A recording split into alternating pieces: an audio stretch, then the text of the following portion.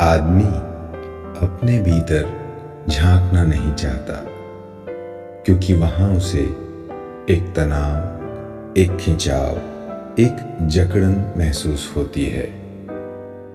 दरअसल ये दुखों का कचरा है जिसे अपने मन पर उसने लाद रखा है।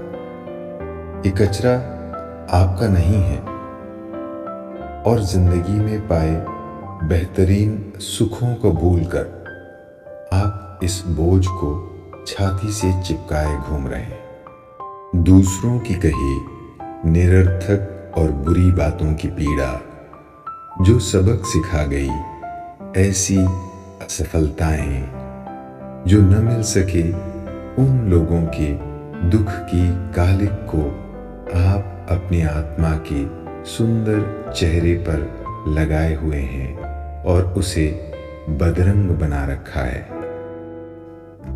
असल में अपनी आंतरिक छवि, अपनी सेल्फ इमेज में कोई भी आदमी अपने आप को हीरो की तरह नहीं देखता है।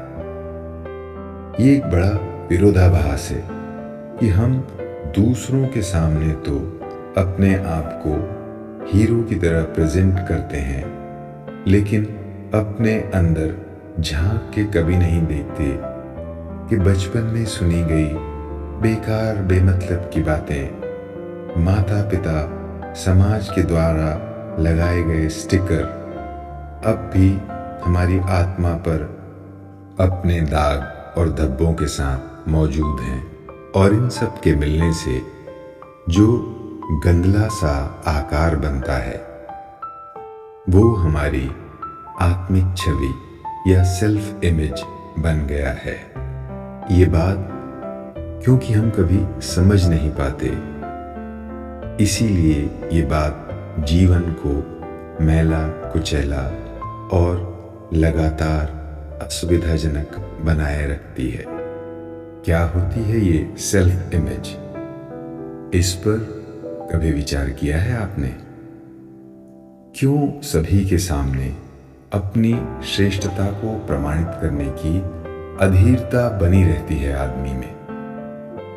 अगर वो सचमुच में श्रेष्ठ है तो उसे प्रमाणित करने की और उसके प्रमाण का लगातार विज्ञापन करने की क्या जरूरत है?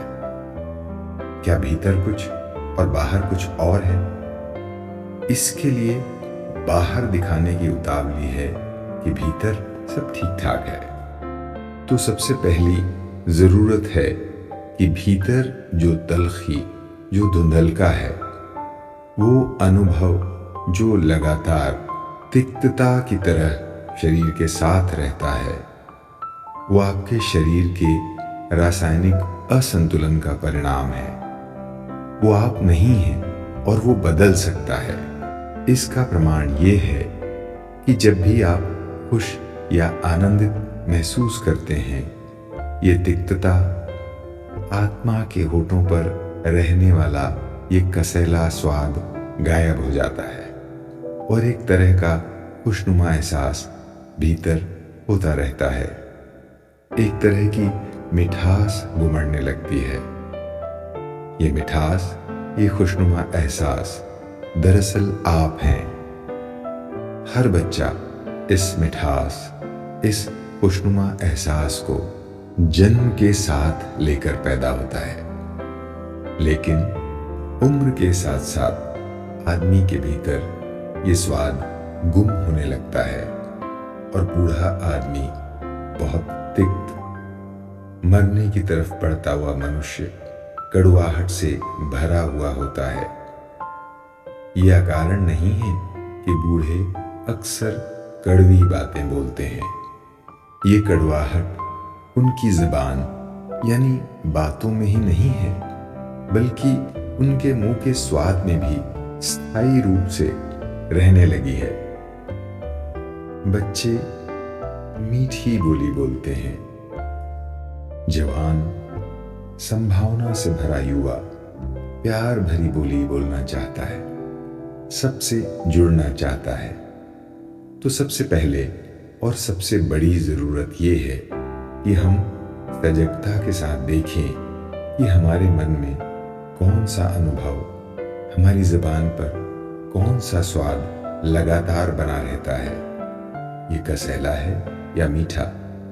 और इस बहाने आप जान पाएंगे कि आपकी आत्मिक छवि कितनी अस्पष्ट, कितनी घोस्ट लाइक या प्रेत की तरह धुंधली और कंफ्यूज है। तो भीतर जाकर देखना इलाज का पहला चरण है। उसे करने का प्रयास कीजिए। हम अगली चर्चा में सकारात्मक सेल्फ इमेज कैसे बनाएं, इस पर बात करेंगे। आप इस चर्चा में साथ आए, आपका आभार।